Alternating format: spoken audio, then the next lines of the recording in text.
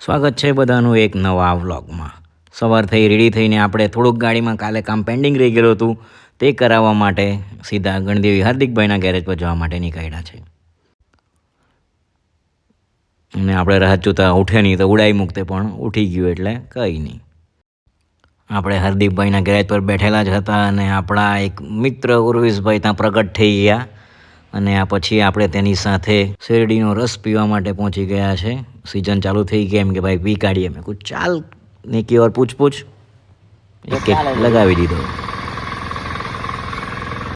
रस पीने पाछा આપણે ગેરેજ પર પહોંચી ગયા. ગાડીનું કામ ચાલુ જ હતું અને તમને એક એનઆરઆઈ જોવો ભાઈ, આ એનઆરઆઈ છે હાર્દિકભાઈને ત્યાં ગેરેજ પર કામ શીખવા માટે આવેલો છે.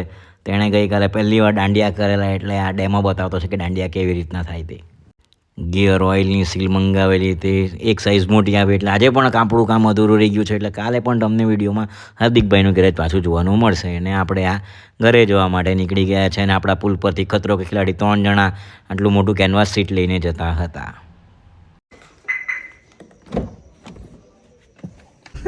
તું બોલી તેના આન્સર આપું.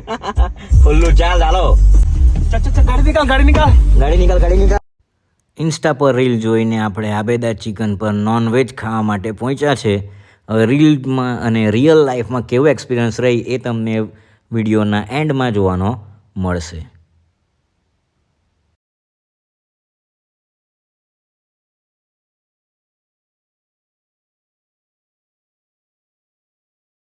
મેનુ જોઈને આપણે ઓર્ડર કરી દીધો છે. મામણા રેગ્યુલર, બટર મામણા, દહીંવાળું, રેગ્યુલર રસાવાળું સ્પેશિયલ અને ત્યાર પછી એક મલાઈ મામણા, આટલું બધું ઓર્ડર કર્યો છે.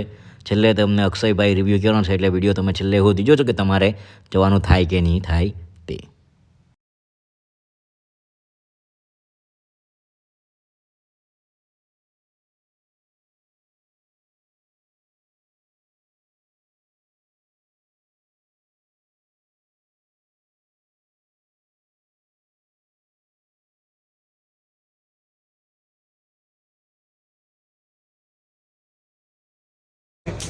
ઓકે ભાઈ ભાઈ આ તો મામણામાં તો પેટો ની ધરાય ને મજા આવતી આવે. ચેતનને ના જ જવાના તો કહેજે. રીલ જોઈને આવવું જોઈએ કે નહીં આવવું જોઈએ? નહીં આવું જોઈએ. દેખો હું ગઈ તું હું ગઈ ભૂખ લાગલી છે એટલે ખાઈ ગઈ.